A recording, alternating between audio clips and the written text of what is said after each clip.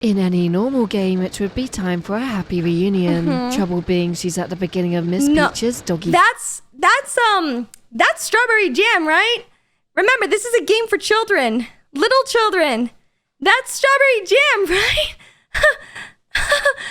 Right? Hi, I'm Mari. Hope you're having a good day, and I hope this video makes today just a little bit better. Also, I have an important announcement to make. Don't worry about my background. But I'm gonna be doing all of my live streams on either twitch.tv/MariYume or on the MariYume Live YouTube channel.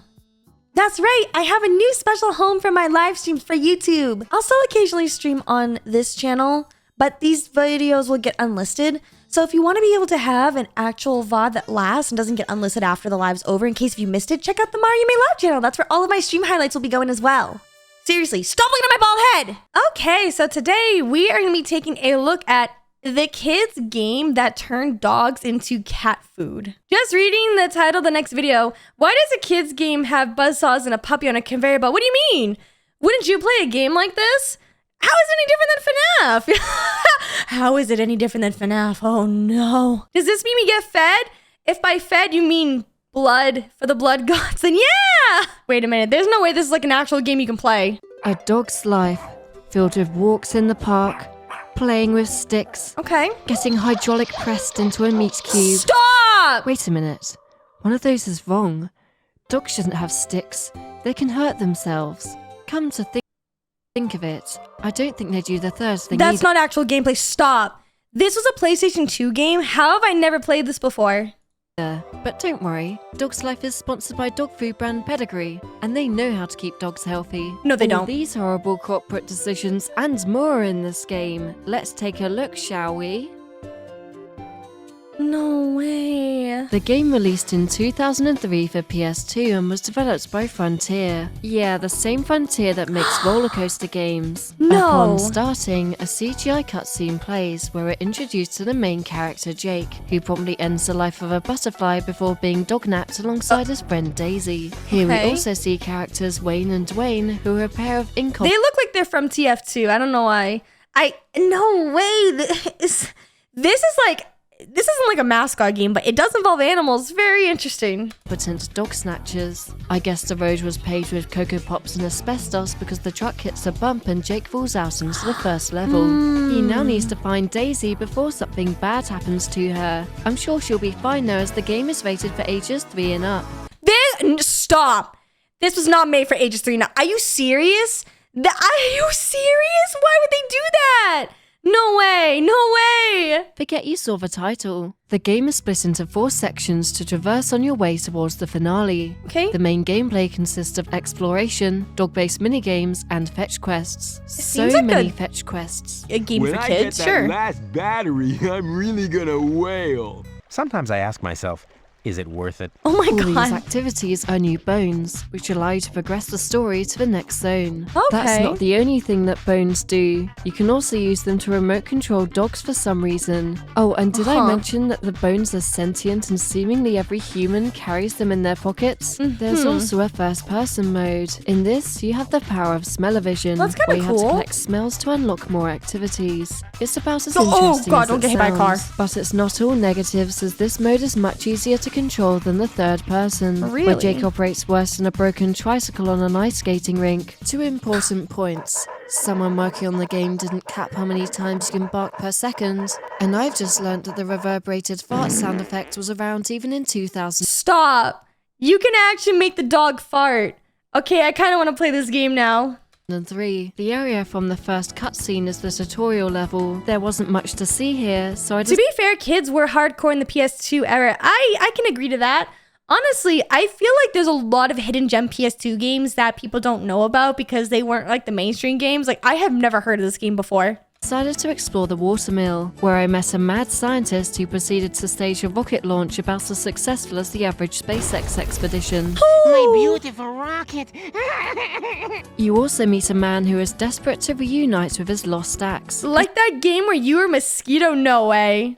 Seems mildly sketchy, but Jake will do anything for Bones, even if that Anything? means being a possible accessory to murder. No way. Now I can finish making them dog cages for the dog catcher. Oh no. Speaking of the dog catcher, after arriving in the town centre, I was introduced to him. A man who looks like he indulged in a 2-for-1 Botox deal. He sets his dog on you, but gives up faster than Flash coming up with an original video idea. The characters have the vibe of a biblically accurate Muppet melted in the microwave. This is most noticeable with the child characters' horrifying toothless mouths. Oh, the characters no. aren't just horrifying looking. You'd think being a dog is easy, but half the population of this universe are apparently avid members of the r/dog-free subreddit. What? I hate dogs. Scram you before I get my gun. What the? This is meant for a child to play? Fucking hell, it's gonna kill me, holy shit.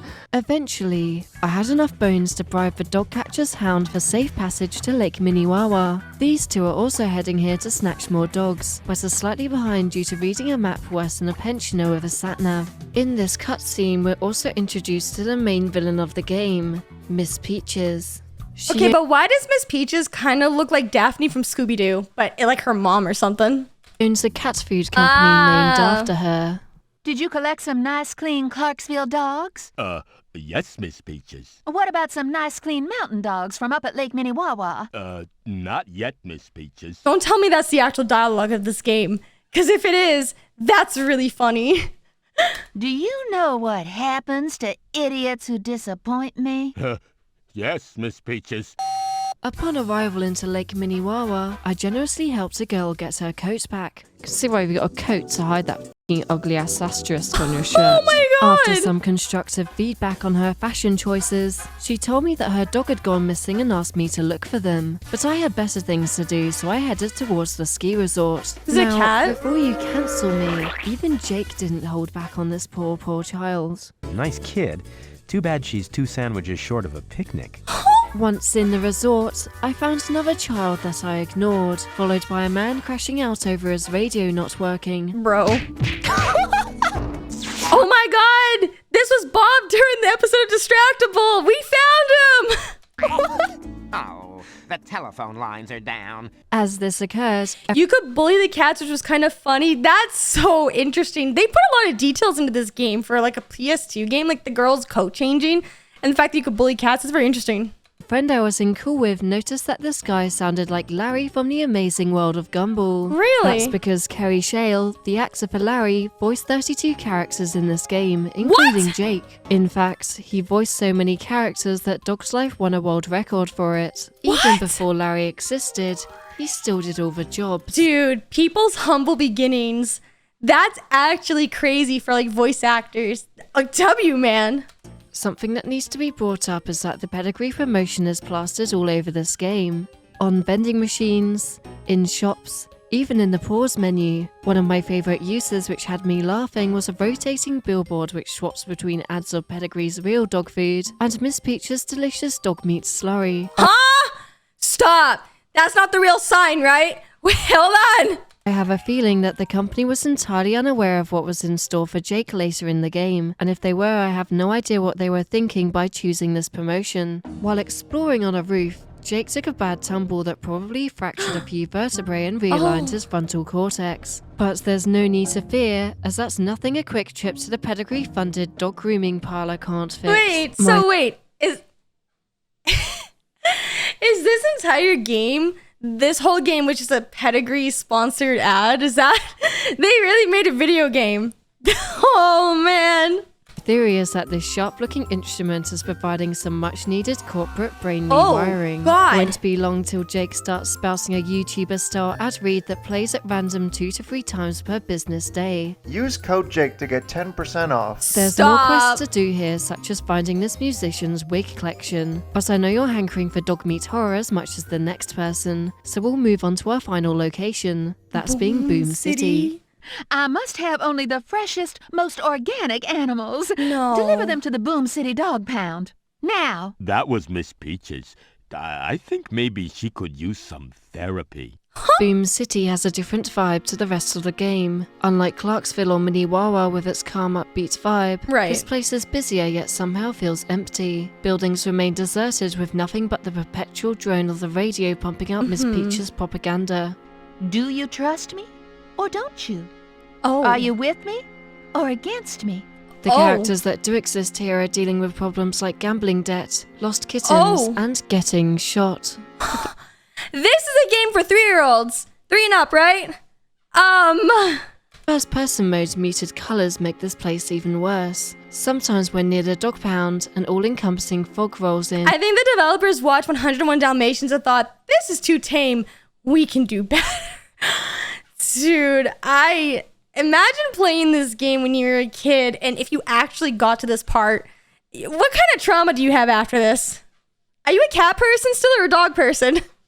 Almost like just being near Miss Peaches is eating away at the very soul of the city. Upon entering the dog pound is where the developers decided that people's childhoods needed the first of several healthy dollops of trauma. A perturbing music track begins to play in the background as the cutscene starts. Wayne and Dwayne have arrived with their live cargo, and despite the scene having some humor spliced in, it doesn't help much with the oppressive feel as Dude, this reminds me of like the old school Sonic Adventure 2 Battle Chow Garden in like the Devil area. This straight up looks like the backyard for that, but yet this feels worse somehow. immediately afterwards dropped into the gameplay. It's so sad. It's so evil, bro. Oh my god. Oh my god. Why is the I sky have a red? very bad feeling about this. So do I, Jake. The fog from Boom City has now morphed to a crimson red, along with the sky looking like a scene from Iron Lung. The dog catcher is an ever-present Wait, Iron Lung was mentioned. Whoa! threat, following you while you collect keys. Ew. I cannot overstate the tonal whiplash between this and the rest of the game. After you unlock the cages, the dog catcher gives up and leaves to pursue his lifelong dream. Of what? Programming computer games. I look forward to seeing what nightmare fuel he creates. Stop. No. No way, bro. I can't. You're now unencumbered to enter Miss Peach's haunted shit shack. You have done well. We have? Look at the cat's photos in the background. Dogs is perfect for my purposes. Nice and clean, lean yet tender. Stop. She will make a soft and sensitive treat. Stop. Sliced, diced, and mashed into a delicious pate by the big machine. If this is like the actual dialogue of the game, I feel bad for every kid who played this. That is actually cruel. Holy cow. I think these devs are working through their own issues using game marketing as their medium. Honestly, can we get a wellness check on the pedigree people? Can we get a wellness check on them? Once I have tested it on her, full production will commence. That's messed up. Can I ask a question, Miss P? You're not gonna hurt that little doggy. And then Miss Peach was just like, shut up, Mel. Get back to work. Now are ya? Oh no. Oh no.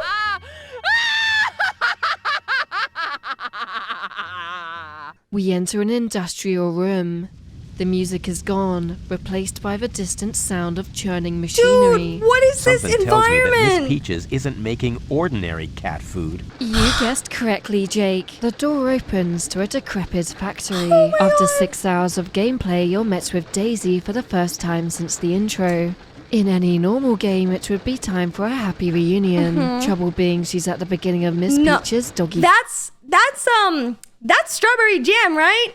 Remember, this is a game for children. Little children. That's strawberry jam, right? Right? If Mari thinks this is bad, she has yet to see Half-Life and Quake lore. But, like, is Half-Life and Quake lore meant for 3-year-olds to play? That's my question. Decapitator. You're on a timer to turn off each contraption before Daisy is... Also, I like how the little details about how you got the paw right here for the PlayStation controllers. Like, they put so much detail into this game. So, you're not telling me that they totally did not know what they were doing when they created this level. Like, come on. carried along the conveyor to her demise. This is pain. As always, the controls fought against me. This way. What are you doing? What are you doing? Run! Run! Dog brain. Daisy's about to die! What are you Dog doing? brain. If you fail to turn off a machine before Daisy reaches it, this nightmare-fueled scene occurs. Stop. Daisy? No, I can't look.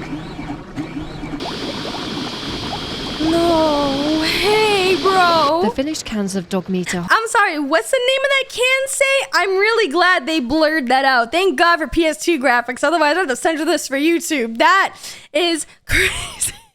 horrifying, but it gave me a sense of deja vu which needed to be investigated. In order to understand why this final scene is so dark, I did some research into the developers. Around the same time of the game's development, David Braben, the game's director, was also working on Wallace and Gromit in Project Zoo, meaning that he would have likely been researching film company Aardman Animations around the same time. In 1995, Aardman made Wallace and Gromit a close shave. I remember watching this as a kid, and near the end of the film, a robot dog gets turned into dog food in a very familiar looking scene. Really? Chicken Run, another project by the same company, also has a meat processing factory scene. It's very possible that one or both are the main inspiration behind the final level of Dog's life. Luckily, Daisy's death isn't the true ending. If you're able to turn off this oven, meat grinder, hydraulic press, and these blades, you reach a final mutt-mangling machine which you destroy by throwing a spanner in the works. Daisy is finally free. I'll be honest, I've never seen Chicken Run. I've never seen this animation. So for this person to make that kind of connection and did research on this, kudos on you. Oh, sorry, it says here in my notes that Miss Peaches jumps out with a shotgun ready to end your life once and for all. Now you will both be transformed into nice, gooey food for my precious kitty cats. Get your doggy asses into the big machine. Luckily, the game ends how it started, with Jake ending her life with one of his farts. No way. Ew! No, she falls. What? Stop. Bless you. I'll dash you. I'll dash Huh? you. If it's the last thing you see me. Slicing, dicing, No mashing. way. Miss Peaches is cat food. This isn't the actual voice dialogue, right? Imagine being contracted to do voice lines and that's what you have to say in the game. Oh my god! At least there isn't an ad for pedigree on the wall of this factory. A point I want to make is that everyone you speak to in this universe has full conversations with you as if they know you can understand, which makes Miss Peach's actions even more disturbing. Either they know that dogs are sentient or the pungent farts that Jake takes cause collective hallucinations. Miss Peaches is now gone, but I was still left with questions. For example, she mentions that Daisy is the first test of the big machine, but it's already pre-splattered with blood, meaning it's already seen use. The answer conceivably lies in an obscure feature of the game, that being the radio. Throughout the levels are several broadcasts which provides additional context to the story, with cat food advertisements. Miss Peaches, cat food in a can with its super secret ingredient. Celebrity crash outs. Hey, back off, Lightbot!